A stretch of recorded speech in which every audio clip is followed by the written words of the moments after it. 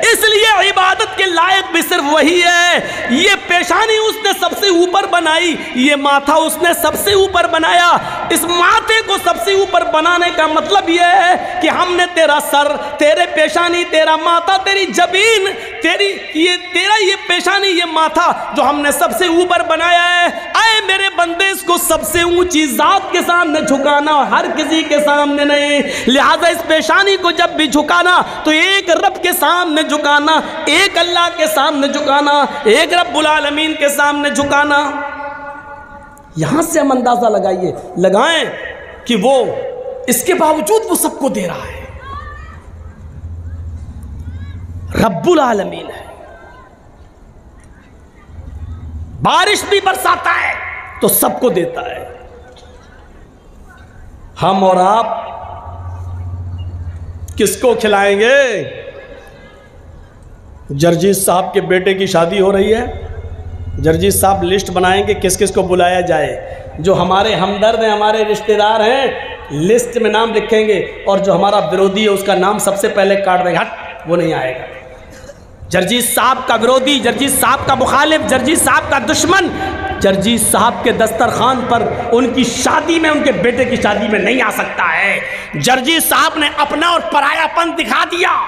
یہ دکھا دیا کہ جرجیت صاحب کے دسترخوان پر جرجیت کے دوست ہی آ سکتے ہیں، اس کے رشتہ دار ہی آ سکتے ہیں، دوسرا نہیں۔ لیکن اس رب کی ربوبیت کو دیکھو، اس اللہ کی الوہیت کو دیکھو، اور اس اللہ کی، اس رب کی ربوبیت کو دیکھو۔ اس نے جو اناج پیدا کیا ہے، اس اناج کو ہندو بھی کھا سکتا ہے، مسلمان بھی کھا سکتا ہے، اس کو سکھ اور عیسائی بھی کھا سکتا ہے، اور پارسی بھی کھا سکتا ہے۔ دنیا میں اس نے جتنے لوگوں کو پیدا کیا سب اس سے فائدہ اٹھا سکتے ہیں۔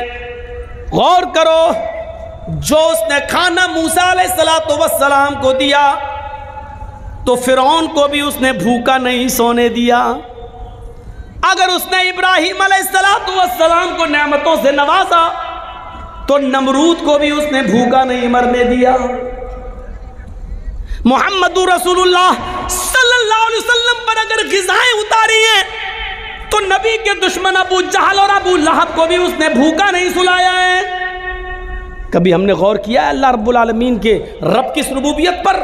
ہمیں بہت جلدی یہ آیا تھا، یہ میرا ہے، یہ فلاں کا، یہ میرا دشمن ہے، ہم اس کو نہیں بلائیں گے۔ لیکن ذرا تصور کرو، ایک بار حضرت ابراہیم علیہ السلام کسی مہمان کو ڈھونڈ رہے تھے۔ یہ ابراہیم علیہ السلام کا ایک معمول تھا، وہ کبھی کھانا اکیلے نہیں کھاتے تھے،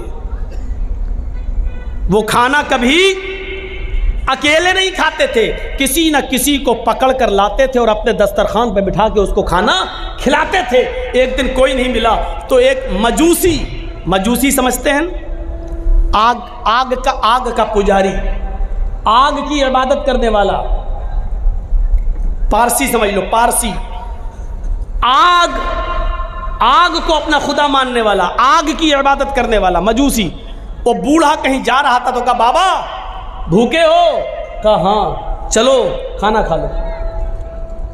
بہت اچھا، آگے بیٹھا دسترخوان پر، ابراہیم علیہ السلام نے کھانا لگا دیا۔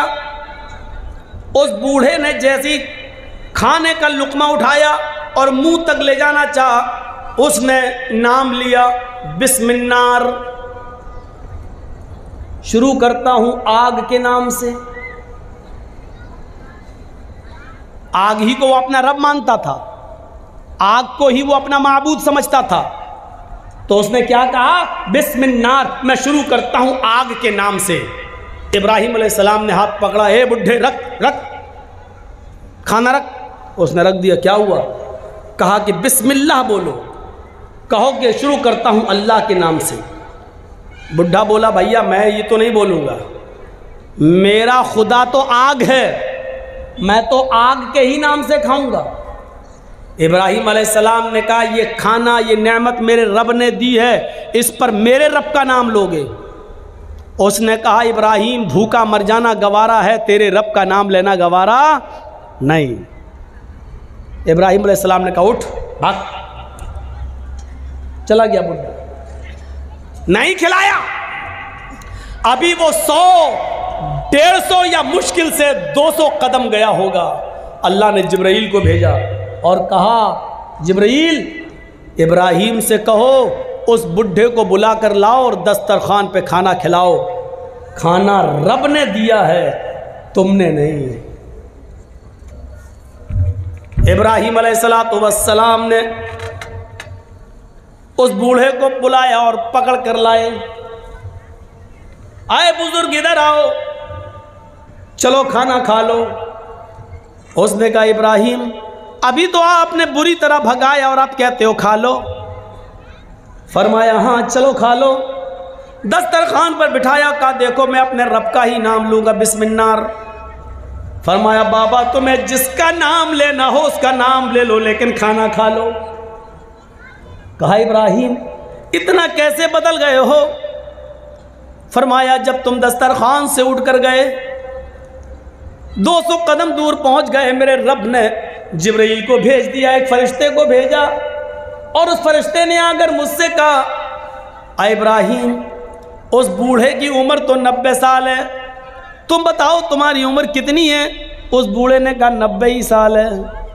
کہا یہ ابھی میرے رب نے بتایا ہے، جبرائیل نے بتایا کہ اس بوڑھے کی عمر 90 سال ہے۔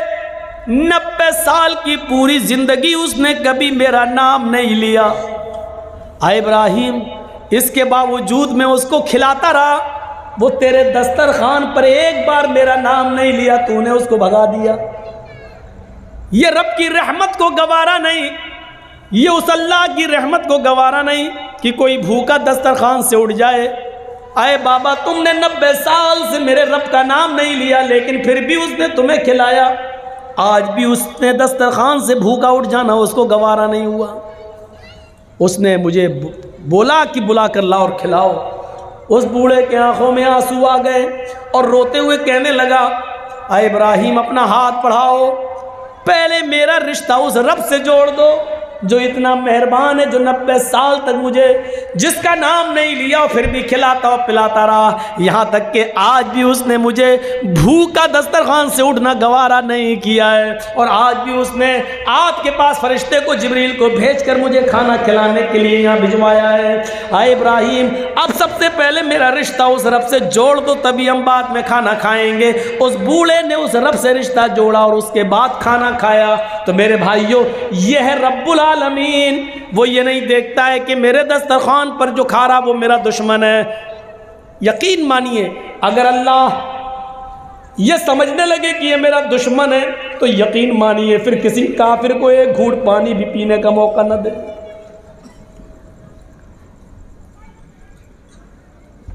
پھر ان کرمنل اور گنڈے لوگوں کو حکمرانی دے دے گا، لیکن اس کی نظر میں کچھ نہیں آؤگا۔ رب العالمین ہے، رب الانس والجن ہے، رب الحیوانات، وہ جانوروں کو بھی کھلاتا اور پلاتا ہے۔ آپ کتنا کھائیں گے؟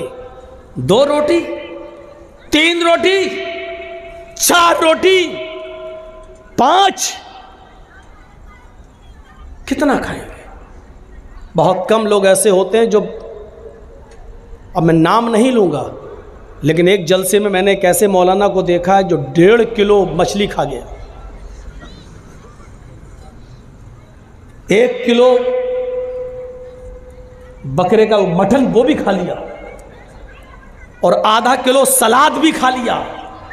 چشمدید گواہ ہوں، چشمدید گواہ، اتنا بڑے بڑے 3 بار اس کو چاول دیا گیا وہ بھی کھا لیا۔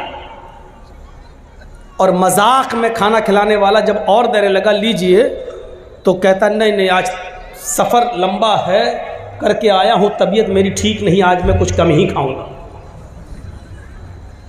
اتنا کھانے کے بعد بھی وہ کہہ رہا کہ نہیں میری طبیعت کچھ گڑبڑ ہے اس لیے آج میں کچھ کم ہی کھاؤں گا۔ تو ایسے لوگ بہت کم ہیں جو اتنا کھاتے ہیں، کتنا بھی کھا لیا پھر بھی کتنا۔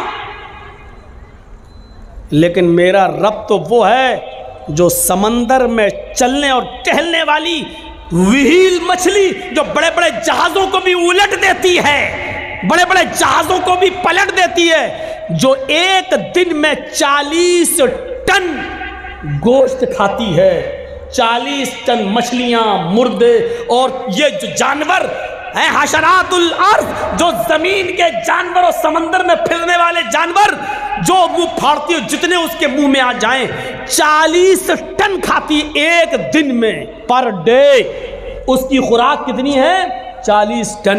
میرا رب تو اس کو بھی بھوکا نہیں سونے دیتا ہے اور 40 ٹن کھانے کا انتظام اس کے لیے بھی کرتا ہو روزانہ، پر ڈے 2 روٹی اور 3 روٹی کھانے والے انسان، تجھے ضرورت پڑ رہی ہے، تجھے ضرورت پڑ رہی ہے اپنے بھائی کی زمین کو غصب کرنے کی، تجھے ضرورت پڑ رہی ہے ناجائز مال کمانے کی، تجھے ضرورت پڑ رہی ہے جھوٹ کا سہارا لے کر اپنے بزنس کو آگے بڑھانے کی، جبکہ تیری خوراک صرف 2 روٹی ہے، تیری خوراک صرف 3 روٹی ہے۔ میرا رب تو 40 ٹن گوشت کھانے والی مچھلی کو بھی بھوکا نہیں سونے دے۔ یاد رکھیے گا، قرآن و حدیث پڑھیے آپ، قرآن و حدیث پھر سن لیجئے۔ 2 حقوق ہیں، ایک حقوق اللہ اور ایک حقوق العباد، تیسری کوئی چیز نہیں ملے گی۔ حقوق اللہ 1/4 ہیں اور حقوق العباد 3/4۔ 1/4 حقوق اللہ ہے اور 3/4 حقوق العباد ہیں۔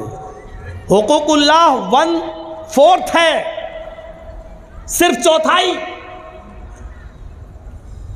اسلام کے اندر 2 ہی حقوق ہیں، حقوق اللہ اور حقوق العباد۔ اللہ کا حق صرف چوتھائی ہے اور 3 حصے بندوں سے جڑے ہوئے ہیں، بندوں سے۔ اس کا مطلب سمجھ رہے ہو؟ اللہ نے فرمایا کہ میں اپنا حق چاہوں تو معاف کر سکتا ہوں، لیکن بندے کا حق میں معاف نہیں کروں گا۔ اس کا مطلب سمجھتے ہو؟ اس کا مطلب یہ ہے نماز بہت ضروری ہے، لیکن اگر چھوٹ گئی یا جان بوجھ کر اگر آپ نے چھوڑ دی، اللہ اگر چاہے تو معاف کر سکتا ہے۔ یہ اللہ کی مرضی پر ڈیپینڈ ہے، وہ چاہے تو معاف کر سکتا ہے۔ بہت ضروری ہے نماز، لیکن اگر آپ نے چھوڑ دی، جان بوجھ کر ہی ترک کر دی، اللہ چاہے تو معاف کر سکتا ہے۔ یہ اللہ کی مرضی پر ڈیپینڈ کرتا ہے۔ لیکن اگر آپ نے اپنے کسی مسلمان بھائی کی یا کسی غیر مسلم ہی کی، ہندو ہی کی یا عیسائی کی یا کرسچن کی یا یہودی کی، اگر ایک بالشت زمین پر اگر قبضہ کر لیا ہے اور اس کو اپنی زمین میں شامل کر لیا ہے، ایک بالشت زمین پر قبضہ کر کے اپنے مکان میں شامل کر لیا ہے، تو اللہ قیامت کے دن اس کو معاف نہیں کرے گا۔ سمجھ رہے ہیں؟ نماز ایک بار معاف کر دے گا، یہ میرا حق ہے، میں چاہوں تو معاف کر سکتا ہوں، چاہوں تو نہ کروں۔ لیکن اگر کسی کا حق مارا ہے، ایک بالشت نہیں، 1 انچ بھی اگر آپ نے کسی کی زمین پر ناجائز قبضہ کیا ہے تو اللہ اس کو معاف نہیں کرے گا۔ نماز آپ نے چھوڑی تو اللہ معاف کر سکتا ہے، لیکن اگر آپ نے کسی کو ماں کی گالی دی، بہن کی گالی دی، یہ کبیرہ گناہ ہے، اس کو اللہ معاف نہیں کرے گا قیامت کے دن، جب تک کہ دنیا میں آپ کو آپ کے بھائی نے معاف نہ کیا ہو تو۔ جاؤ بیٹا جاؤ، ٹھیک ہے۔ یہ ہے سمجھانے کا اثر، سامنے ہی بیٹھ کر اور پہلی صف میں۔ اس کو کہتے ہیں چوری اور اوپر سے سینہ زوری۔ تم جیسے 360 مولوی روزانہ آئے، ہم ان کی نہیں مانے، تمہاری کیا مانیں گے؟ تم تو کل کے لونڈے ہو مولانا۔ یہ ہے ہمارا حال۔ سسٹم دیکھیے آپ، سسٹم تو سن رہے ہیں، اس کو اللہ معاف نہیں کرے گا۔ اس لیے حقوق العباد کا خیال رکھیے، ظلم اللہ کبھی معاف نہیں کرتا اگر آپ نے کسی پر کیا، جب تک کہ وہ معاف نہ کرے۔ حاجی جب حج کے میدان میں ہوتا ہے اور آسمان سے ایک فرشتہ حج کے دن 9 تاریخ کو عرفہ کے میدان میں آ کر کہتا ہے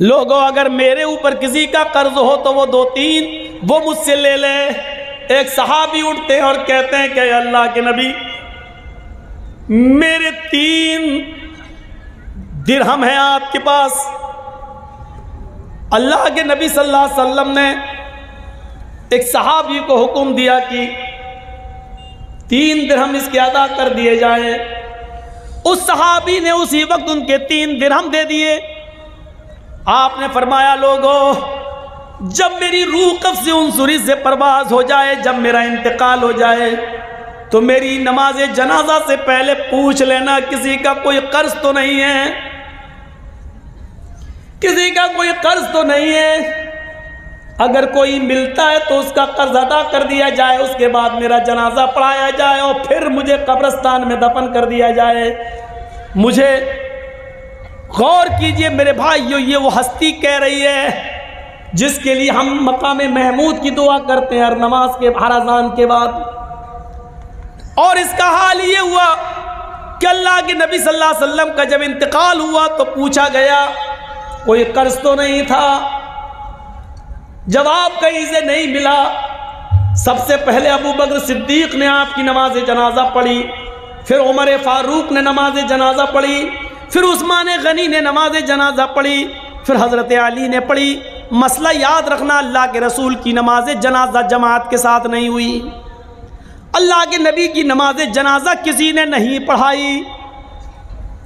حجرے میں تھے، ایک ایک کر کے لوگ آتے گئے، پڑھتے گئے۔ پہلے ابو بکر صدیق نے پڑھی، پھر عمر فاروق نے پڑھی، پھر عثمان غنی نے پڑھی، پھر حضرت علی نے پڑھی، پھر ایک ایک صحابہ بعد میں آتے گئے، پڑھتے گئے، ایک ایک کر کے پڑھتے جاتے، نکلتے جاتے، یہاں تک کہ بعد میں عورتوں نے بھی نماز جنازہ پڑھی اور سب سے لاسٹ میں بچوں نے نماز جنازہ پڑھی۔ اسی کو پڑھتے پڑھتے اور لوگ دیکھنے آتے تھے۔ اللہ کے نبی صلی اللہ علیہ وسلم کو تقریباً آج کے موجودہ ٹائم کے لحاظ سے 32 آورز انتقال کے بعد 32 گھنٹے تک آپ کو دفنایا نہیں جا سکا، 32 گھنٹے تک آپ کو دفنایا نہیں جا سکا۔ اور اس کے بعد جب آپ کو دفنا دیا گیا، مٹی آپ کی ہو جاتی ہے، تو حضرت ابو بکر صدیق جب تک خلیفہ رہے اعلان کرتے رہے لوگوں اگر نبی اکرم صلی اللہ علیہ وسلم کا قرض کسی کے اوپر ہو تو وہ مجھ سے لے لے۔ لیکن ابو بکر صدیق 2 سال تک خلیفہ رہے، 2 سال تک برابر اعلان کیا لیکن کوئی نہیں آیا۔ پھر حضرت عمر فاروق کا زمانہ آیا، حضرت عمر فاروق کے پورے 10 سال تک اعلان ہوتا رہا اگر نبی اکرم کا قرض کسی کے اوپر ہو، اگر کسی نے نبی کو قرض دیا ہو اور اس کا قرض باقی ہو تو وہ عمر سے آ کر لے لے۔ حضرت عمر فاروق کے 10 سال کی خلافت میں بھی کوئی قرضہ لینے نہیں آیا۔ حضرت عثمان غنی کا جب زمانہ آیا تو 12 سال تک اعلان کیا جاتا رہا اگر نبی اکرم نے کسی سے قرض لیا ہے تو وہ آ کر مجھ سے قرض لے لے، میں نبی کا قرض دینے کے لیے تیار ہوں۔ لیکن 12 سال تک عثمان غنی کے زمانے میں بھی کوئی قرض لینے نہیں آیا۔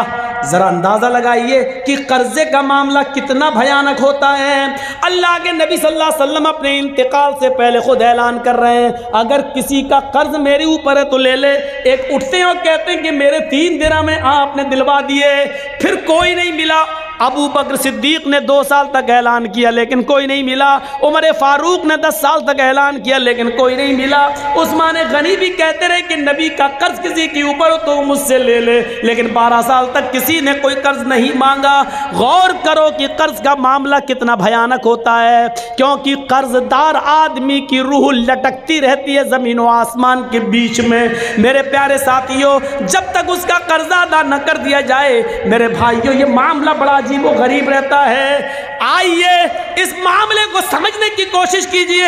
حقوق اللہ معاف کر سکتا اپنا حق، لیکن بندے کا حق معاف نہیں کرے گا۔ اگر کسی نے کسی سے قرض لیا ہے تو پہلی فرصت میں قرض ادا کر دے، پہلی فرصت میں قرض ادا کر دے، کیونکہ نمازیں بیکار ہو جاتی ہیں، روزے بیکار ہو جاتے ہیں، حج بیکار ہو جاتا ہے، حج۔ اسی لیے فرمایا کہ قرضہ لے کر حج جیسی عبادت بھی آپ کرنے نہیں جا سکتے، قرضہ لے کر